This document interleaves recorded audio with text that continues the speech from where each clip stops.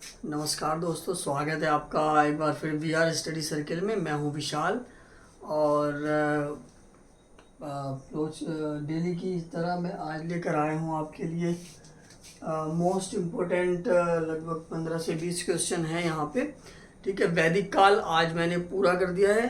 ऋग वैदिक, उत्तर वैदिक सब कंप्लीट हो गए हैं। क्वेश्चन ऑलमोस्ट क्वेश्चन कवर कर दिए गए हैं। ठीक है, 99% यहीं से सवाल आपका मिल जाएगा एग्ज़ाम में। टेंशन लेने की कोई ज़रूरत नहीं है। मात्र 10-10 मिनट की 2 या 3 क्लास है, तो मुश्किल से आधा घंटा भी नहीं है। ठीक है, और क्वेश्चन मैंने ऐसे लिए हैं जैसे क्लास 1 के बच्चे को पढ़ाते हैं ना, इसका ये है, इसका ये है, इसका ये है, इस तरह से बहुत आसान है। 1 लाइन क्वेश्चन है, ओनली एक वर्ड में आंसर है मोस्टली। तो ज़रूर एक बार अगर चैनल पे नहीं है तो सब्सक्राइब कर लीजिए, और ऐसी ही आपको इम्पोर्टेंट वीडियो मिलती रहेंगी जो आपके एग्ज़ाम में आपको डेफिनेटली मदद करेंगे। ठीक है, आज भी 5 से 10 मिनट का सेशन होगा।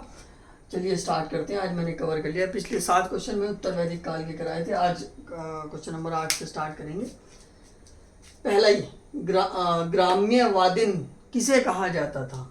मोस्टली इसमें पुराने शब्दों का प्रयोग होता है, वो जो होते थे उस समय उसके क्वेश्चन बहुत ज़्यादा आते हैं कि भाई इसे क्या कहते थे उस समय, उत्तर वैदिक काल में इसे क्या कहा जाता था, ऋग वैदिक काल में इसका क्या नाम था। इस तरह से ही क्वेश्चन आपको घुमा फिरा के मिलते हैं।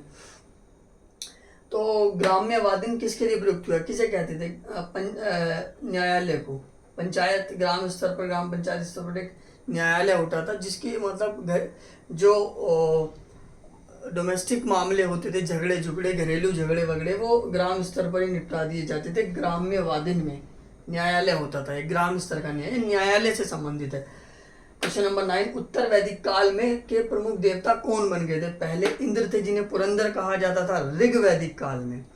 वैदिक काल को 2 भागों में बांटा था हमने। वैदिक काल 1500 से 600 ईसा पूर्व था। 2 कालखंडों में बांटा था, पहला था ऋग वैदिक काल, दूसरा था उत्तर वैदिक काल। ऋग वैदिक काल 1500 से 1000 ईसा पूर्व, उत्तर वैदिक काल 1000 से 600 ईसा पूर्व। ठीक है, ऋग वैदिक काल के प्रमुख देवता इंद्र थे जिन्हें पुरंदर कहा जाता था, तो जो युद्ध के देवता थे, युद्ध का नेतृत्व करते थे, इंद्र पुरंदर ऋग वैदिक काल में। जबकि उत्तर वैदिक काल में इंद्र का स्थान भगवान प्रजापति ने ले लिया था। ठीक है, देवता थे उनके मुख्य प्रजापति। डन। क्वेश्चन नंबर 10, इभ्य किन्हें कहा जाता था। इभ्य कहा जाता था धनी व्यक्ति के लिए, धनवान के लिए प्रयोग किया जाता था इभ्य। यानी आजकल कोई मालदार है, यानी अंबानी जी हैं, इभ्य हैं। अंबानी जी, अडानी जी इभ्य हैं, रतन टाटा जी इभ्य हैं। ठीक है, धनवान व्यक्ति। ऋग्वेद का पाठ करने वाले ब्राह्मण को क्या कहा जाता था, होत्र। ऋग्वेद के पाठ करने वाले ब्राह्मण को होत्र कहा जाता था। ये क्वेश्चन भी आया हुआ है, बहुत ज़्यादा इंपॉर्टेंट है। ठीक है, क्लास बहुत ज़्यादा, सारे ही क्वेश्चन बहुत ही मतलब दमदार हैं। आप जरूर इनको गौर से 2-3 बार जरूर अच्छी तरह से पढ़ेगा। उपनिषदों की संख्या कितनी है, 108 उपनिषद है। उपनिषदों को वेदों की दार्शनिक व्याख्या के लिए रचा गया था, समझने के लिए, व्याख्या करने के लिए वेदों की उपनिषदों की रचना की गई थी। 108 उपनिषद हैं जिनको वेदांत भी कहते हैं। उपनिषदों का दूसरा नाम वेदांत भी है, यानी कि ये अंतिम रचना थी, और उत्तर वैदिक काल की ये अंतिम रचना थी उपनिषद, इसलिए इन्हें वेदांत भी कहते हैं, वेदों का अंत। वेदांगों के, वेदों के भी अंग थे, उनकी संख्या कितनी है, 6। इसी तरह पुराणों की संख्या कितनी है, 18 पुराण हैं।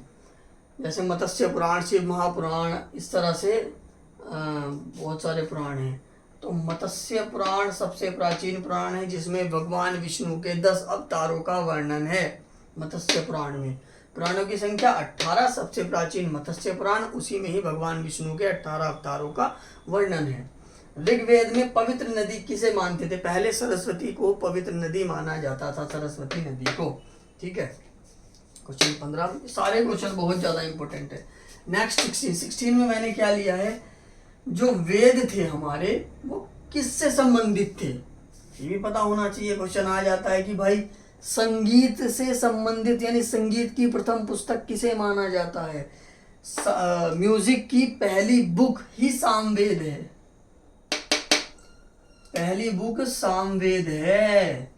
ठीक है, संगीत का इसको जन्मदाता कहा जाता है। ऋग्वेद में है ऋचाओं और मंत्र, जैसे गायत्री मंत्र है और मुंडकोपनिषद वगैरह जो वाक्य हैं, मंत्र हैं सनातन धर्म से संबंधित, वो सब ऋग्वेद से लिए गए हैं। यजुर्वेद से वे मंत्र लिए गए हैं जिनका यज्ञ अनुष्ठानों वगैरह में प्रयोग होता है। जैसे हम बहुत बड़े बड़े यज्ञ होते थे पहले, अश्वमेध यज्ञ वगैरह, जो उसमें मंत्रोच्चार होता था यज्ञ के दौरान, वो सारे यजुर्वेद में हैं। ठीक है, और यजुर्वेद को पढ़ने वाले, उनको पढ़ने वाले अथर्वयु कहलाते थे। पढ़ने वाले यजुर्वेद का पाठन या गायन जो करते थे वो अथर्वयु कहलाते थे। जैसे ऋग्वेद का कौन कहलाते थे, जो ऋग्वेद का पाठ करते थे वो क्या कहलाते थे, होत्र। ऐसे ही यजुर्वेद को अथर्वयु कहलाते थे। सामवेद का संगीत की पुस्तक है, संगीत से संबंधित है। और सामवेद का गायन करने वाले लोग, पाठन करने वाले लोग उद्गात्र कहलाते थे। उद्गात्र, होत्र अथर्वयु, होत्र अथर्वयु उद्गात्र। अथर्ववेद तंत्र मंत्र जादू टोना सब अथर्ववेद में थे। कर्म कांड जो करते हैं, आज करवा दिया, ये कर दिया, वो अथर्ववेद में मंत्रोच्चार है उसका, उसके ट्रिक्स हैं। और अथर्ववेद में रोग निवारण की भी चर्चा मिलती है, औषधियों की भी चर्चा मिलती है। इसीलिए अथर्ववेद का उपवेद ही आयुर्वेद माना जाता है। ठीक है, आयुर्वेद जो संबंधित है, क्वेश्चन आ जाता है कि आयुर्वेद किसका उपवेद है या किस वेद से संबंधित है, तो आयुर्वेद संबंधित है अथर्ववेद से। ठीक है, अथर्ववेद से आयुर्वेद संबंधित है। किस वेद की रचना गद्य और पद्य दोनों में हुई है, ये क्वेश्चन भी इंपॉर्टेंट है। यजुर्वेद की रचना गद्य और पद्य दोनों में हुई है।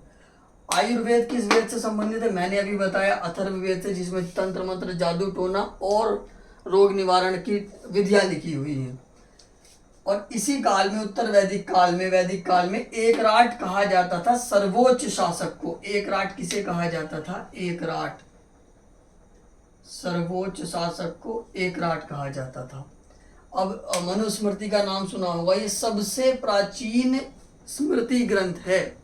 मनुस्मृति जो है सबसे प्राचीन स्मृति ग्रंथ है, जिसकी रचना शुंग काल में हुई थी।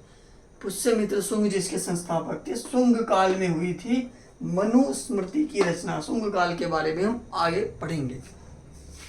महाभारत को कितने पर्वों में, जैसे रामायण को 7 कांड में विभाजित किया गया है, वैसे ही महाभारत को 18 पर्वों में विभाजित किया गया है।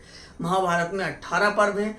महाभारत की रचयिता महर्षि वेदव्यास हैं, आपको पता होगा। ठीक है, महाभारत का दूसरा नाम जय संहिता है, जय संहिता। ठीक है, महाभारत को जय संहिता भी कहते हैं। अब इम्पोर्टेंट दर्शन है। ठीक है, जो फिलोसॉफी है, जो ये दर्शन है, दर्शन और उनके प्रवर्तक पढ़ेंगे। बहुत ज़्यादा महत्वपूर्ण योगदान है इनका दर्शन का मानव जीवन में। ठीक है, इनका बहुत ज़्यादा योगदान है। ये क्वेश्चन भी बहुत ज़्यादा आते हैं, रट लेना इनको। जैसे सांख्य दर्शन है, सांख्य दर्शन के मुनि कपिल थे प्रवर्तक। न्याय दर्शन महर्षि गौतम ने लिखा, गौतम उसके प्रवर्तक थे।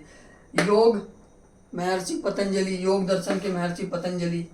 वैशेषिक है, पूर्व मीमांसा उत्तर मीमांसा। वैशेषिक के कणाद, वैशेषिक दर्शन के कणाद, पूर्व मीमांसा के जैमिनी, उत्तर मीमांसा के बादरायण। ये भी इम्पोर्टेंट है। ये दोनों भी, ये पांचों आए हुए हैं। वैशेषिक का पता नहीं है, लेकिन ये पांचों आए हुए क्वेश्चन हैं। सांख्य कपिल, न्याय गौतम, योग पतंजलि, पूर्व मीमांसा जैमिनी, उत्तर मीमांसा बादरायण, वैशेषिक कणाद। बहुत ज़्यादा इम्पोर्टेंट क्लास है। आपकी नॉलेज इतनी बूस्ट करेगी, ये बहुत ज़्यादा नॉलेज बूस्ट करेगी। ठीक है, आप वाद विवाद भी कर सकते हैं। देखो, वेद सब नहीं पढ़ सकते, तो कुछ उसका निचोड़ होता है, वो मैंने इसमें दिया हुआ है। काफ़ी नॉलेज आपको इन चीज़ों से हो जाएगी। और एग्ज़ाम में जो प्राचीन भारत से क्वेश्चन पूछे जाते हैं, उसमें ये आपको देखने को मिलेंगे। थैंक यू सो मच देखने के लिए वीडियो, और मैं आपसे प्लीज़ रिक्वेस्ट करता हूँ चैनल को सब्सक्राइब जरूर कीजिए। ऐसे ही अच्छे और important for your from your exam point of view बहुत ज़्यादा इंपॉर्टेंट वीडियोज़ मैं लेके आता रहूँगा। Thank you so much, have a good day.